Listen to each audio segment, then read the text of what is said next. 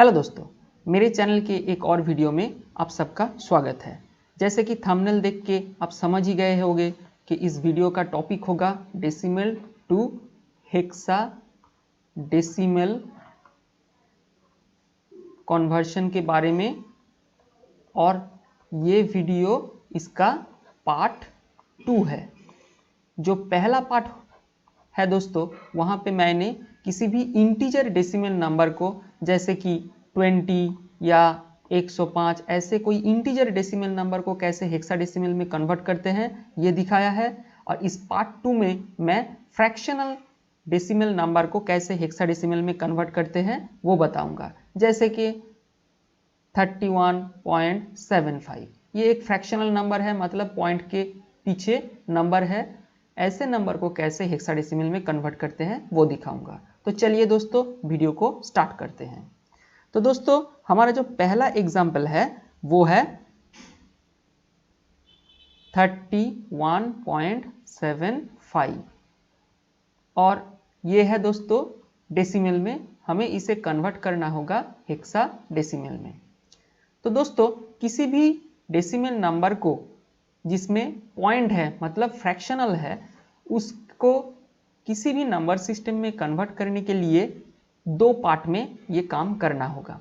पहला पार्ट होगा क्या, जो इंटीजर नंबर है उसको कन्वर्ट करना, और दूसरा पार्ट होगा जो पॉइंट के बाद या फ्रैक्शनल नंबर है उसको कन्वर्ट करना। तो फिर पहले हम इंटीजर पार्ट को कन्वर्ट करते हैं। इंटीजर पार्ट में है 31।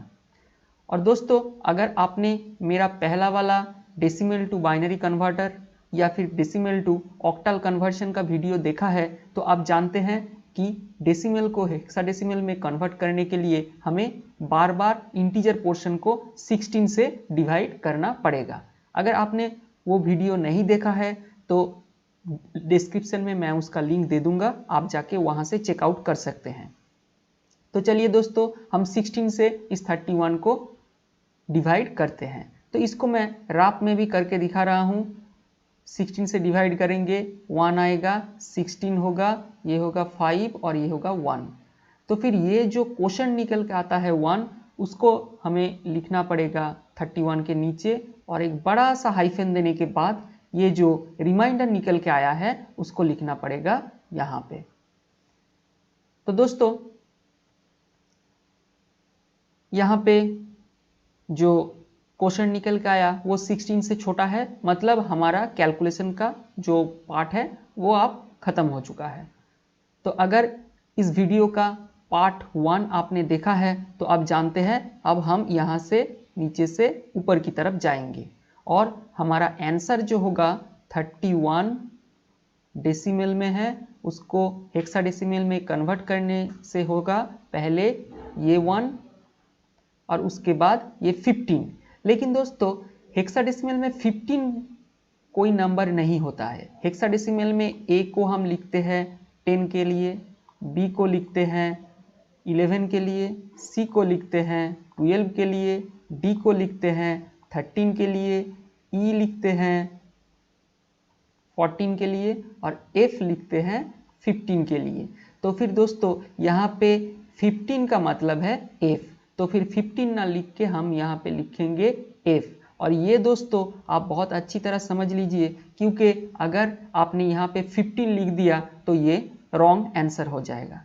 तो दोस्तों, हमारा जो पहला वाला मतलब इंटीजर पार्ट था उसका आंसर निकल चुका है। 31 जो डेसिमल में था उसको कन्वर्ट करने से आएगा 1F हेक्साडेसिमल में। तो चलिए दोस्तों, अब हम जो फ्रैक्शनल पार्ट है उसको हेक्साडेसिमल में कन्वर्ट करते हैं। उससे पहले हम इस बोर्ड को थोड़ा क्लियर कर लेते हैं दोस्तों।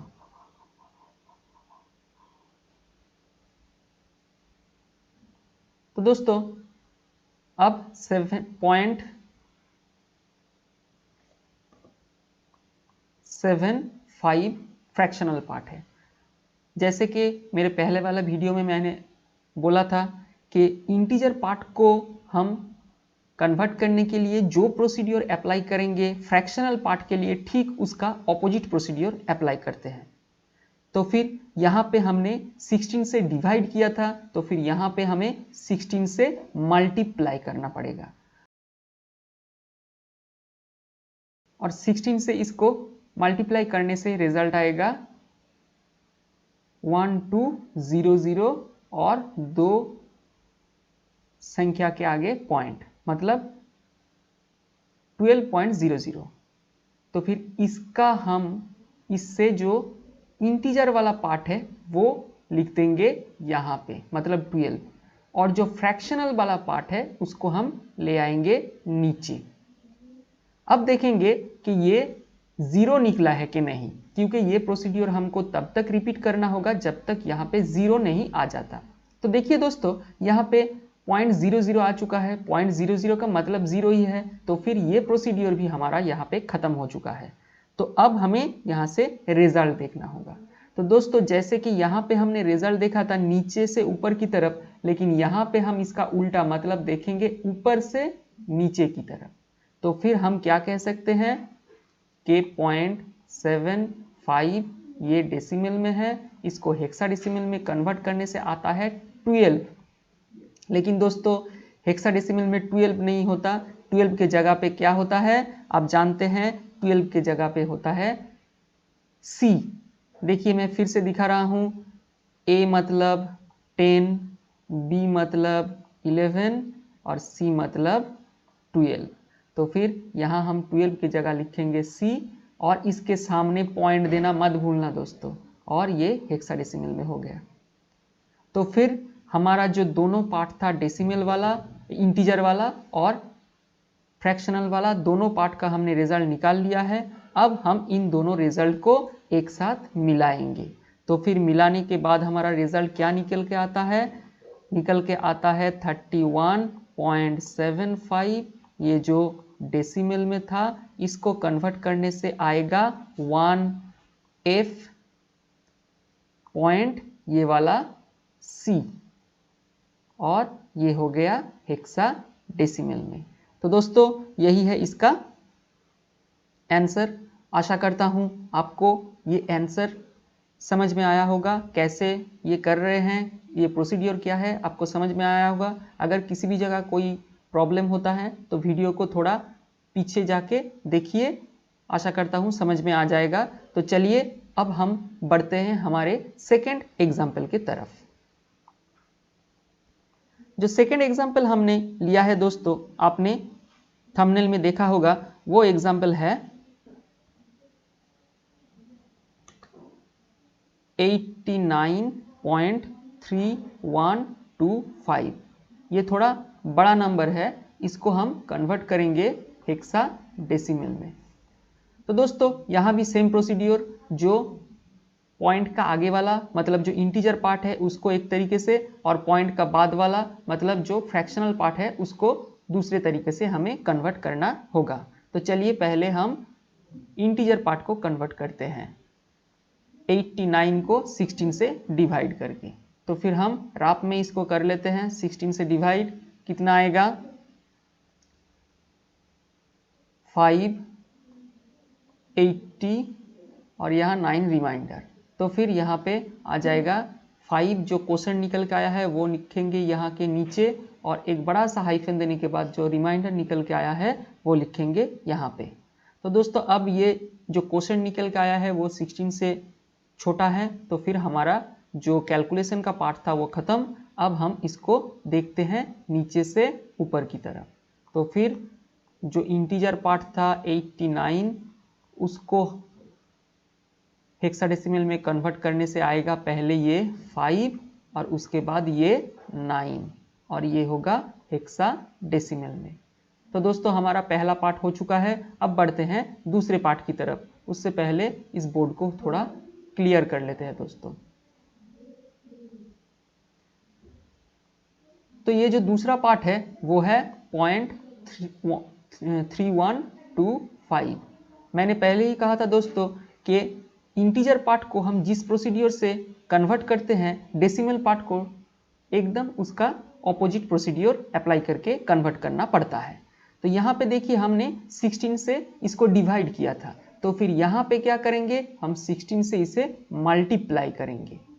तो फिर मल्टीप्लाई करते हैं 3125 को 16 से मल्टीप्लाई करने पे इसका रिजल्ट निकल के आता है 500000 और 4 फिगर के आगे पॉइंट, मतलब 5.0000। अब दोस्तों यहाँ से हमें क्या करना होगा, जो इंटीजर वाला पार्ट है वो अलग कर लेना है। तो इंटीजर वाला पार्ट मतलब 5 को हम अलग कर लेते हैं और जो फ्रैक्शनल पार्ट है उसको नीचे की लाइन में लिख देते हैं 0.0000। अब दोस्तों यहाँ पे ये प्रोसीड्यूर हमको तब तक रिपीट करना होता है जब तक कि यहाँ पे 0 नहीं आ जाता। तो दोस्तों 0.0000 इसका मतलब तो 0 ही हुआ, तो फिर हमारा जो कैलकुलेशन का पार्ट है वो यहाँ पे खत्म।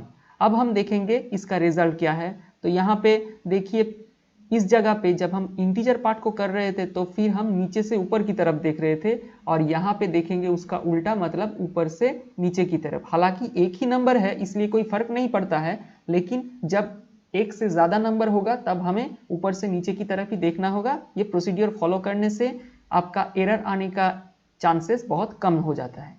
तो फिर दोस्तों इसका रिजल्ट क्या होगा, मतलब 0.3125 ये डेसिमल में है, इसको हेक्साडेसिमल में कन्वर्ट करने पे आता है 5, और इसके सामने पॉइंट देना कभी मत भूलना दोस्तों, और ये हेक्साडेसिमल में है। तो फिर देखिए हमने जो इंटीजर पार्ट था उसका भी रिजल्ट निकाल लिया है, जो फ्रैक्शनल पार्ट था उसका भी रिजल्ट निकाल लिया है। अब इस दोनों पार्ट को हम एक साथ जोड़ देंगे। एक साथ जोड़ने से क्या आएगा, 89.3125 ये डेसिमल में है, इसको कन्वर्ट करने से आएगा 89 के लिए 59, 0.3125 के लिए 0.5, और ये होगा हेक्साडेसिमल में। तो हमारा जो आंसर निकल के आता है वो है 59.5।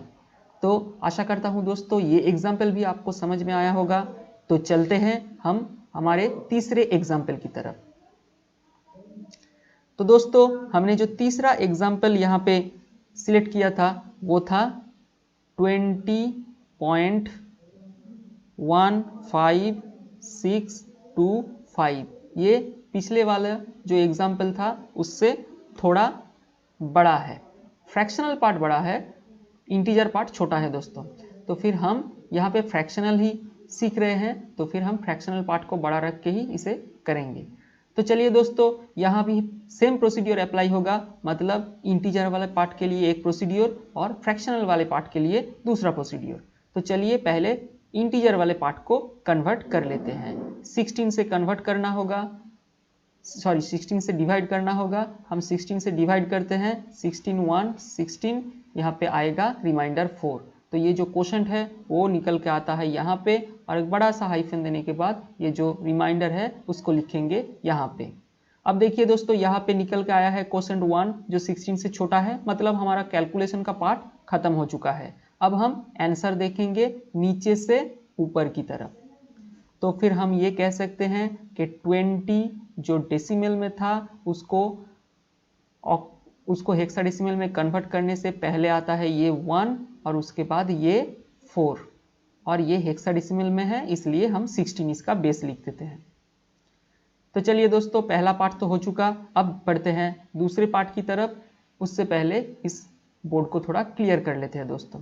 तो चलिए हम दूसरे पार्ट की ओर बढ़ते हैं जहां पे हमें इस फ्रैक्शनल पार्ट को कन्वर्ट करना होगा। तो फ्रैक्शनल पार्ट है 0.15625। इसको दोस्तों हम हेक्साडेसिमल में कन्वर्ट करेंगे। तो पहले ही दोस्तों दो एग्जाम्पल में मैंने आपको दिखाया था कि इंटीजर पार्ट को कन्वर्ट करने के लिए जो प्रोसीड्यूर हम अप्लाई करेंगे, जो फ्रैक्शनल पार्ट है उसको कन्वर्ट करने के लिए ठीक उसका ऑपोजिट प्रोसीड्यूर अप्लाई करेंगे। मतलब यहाँ पे हमने डिवीजन किया था, यहाँ पे हम मल्टीप्लिकेशन करेंगे। तो ये इसको 16 से मल्टीप्लाई करते हैं, और 16 से मल्टीप्लाई करने पे इसका रिजल्ट आएगा 25000, और पॉइंट होगा यहाँ पे, मतलब 2.50000। तो दोस्तों पिछले एग्जाम्पल की तरह यहाँ पर भी हम जो इंटीजर वाला पार्ट निकल के आता है उसको अलग कर लेंगे, मतलब 2 को अलग कर लिया, और जो फ्रैक्शनल पार्ट है उसको लिख देंगे नीचे के लाइन में, मतलब 0.50000। अब दोस्तों आप जानते हैं कि पॉइंट के बाद जो आखिर में 0 होता है उसका कोई वैल्यू नहीं होता, मतलब ये जो 4 0 है इसका कोई वैल्यू नहीं है। तो हम दोस्तों क्या करते हैं, इस 4 0 को एबोलिश कर देते हैं। अब हम इसको दोबारा 16 से मल्टीप्लाई करेंगे। क्यों? क्योंकि अभी तक यहाँ पे 0 नहीं निकल के आया है। ये प्रोसीड्योर तब तक हम रिपीट करेंगे जब तक 0 नहीं आ जाता यहाँ पे। तो 0.5 को 16 से मल्टीप्लाई करने से आएगा 80 और पॉइंट होगा यहाँ, मतलब 8.0। तो फिर यहाँ से जो इंटीजर पार्ट है उसको अलग कर लेते हैं। इंटीजर पार्ट कितना है दोस्तों? 8, और जो फ्रैक्शनल पार्ट है उसको नीचे लिख देते हैं, मतलब 0.0। जो फ्रैक्शनल पार्ट है वो है 0.0। तो दोस्तों अब देखिए यहाँ पे कितना निकल के आ चुका है? 0.0, मतलब 0। उसका मतलब हमारा जो प्रोसीड्योर है अब वो खत्म हो चुका है। तो फिर हमें यहाँ से आंसर को निकालना होगा। तो आंसर कितना है? आंसर है ऊपर से नीचे की तरफ। दोस्तों ये हमेशा ख्याल रखिएगा, यहाँ पे जो प्रोसीड्योर अप्लाई करते हैं यहाँ पे ठीक उसका ऑपोजिट प्रोसीड्योर, यहाँ नीचे से ऊपर, तो इसलिए यहाँ पे ऊपर से नीचे। तो फिर हम ये लिख सकते हैं कि 0.15625 जो डेसिमल में है, इसको अगर हम हेक्साडेसिमल में कन्वर्ट करते हैं तो आएगा पहले ये 2, उसके बाद ये 8, और इसके आगे पॉइंट लिखना कभी मत भूलना दोस्तों, और ये होगा हेक्साडेसिमल में, इसके लिए बेस 16। तो फिर दोस्तों इसका जो इंटीजर पार्ट है उसका भी रिजल्ट हमने निकाल चुका है, और जो फ्रैक्शनल पार्ट है उसका भी रिजल्ट हमने निकाल लिया है। तो अब दोनों रिजल्ट को एक साथ ज्वाइन करते हैं। तो फिर जो अल्टीमेट रिजल्ट होगा वो होगा 20.15625, जो डेसिमल में है। इसको हेक्साडेसिमल में कन्वर्ट करने से आता है 14, 20 को कन्वर्ट करने से पॉइंट, फ्रैक्शनल को कन्वर्ट करने से 28, और इसका बेस होगा 16। तो ये तीनों एग्जाम्पल था दोस्तों। इस तीनों एग्जाम्पल के जरिए मैंने आपको डेसिमल नंबर से कोई फ्रैक्शनल डेसिमल नंबर को कैसे हेक्साडेसिमल में कन्वर्ट करते हैं ये दिखाने की कोशिश किया है। आशा करता हूं कि आपको ये इन एग्जाम्पल के जरिए ये प्रोसीड्योर अच्छे से समझ आया होगा। अगर नहीं आया है तो दोस्तों थोड़ा पीछे जाइए और दोबारा इसे देखिए ताकि आपको अच्छे से समझ आ जाए। तो अगर इस वीडियो को आप कुछ सीख सके या वीडियो आपको पसंद आए तो वीडियो को लाइक कीजिए, चैनल को सब्सक्राइब कीजिए, वीडियो को शेयर कीजिए और उसके पास वाला घंटी का आइकन दबा दीजिए ताकि ऐसे ही मेरे वीडियो की नोटिफिकेशन आपको सबसे पहले पहुंच जाए। तो इस वीडियो को देखने के लिए दोस्तों थैंक यू।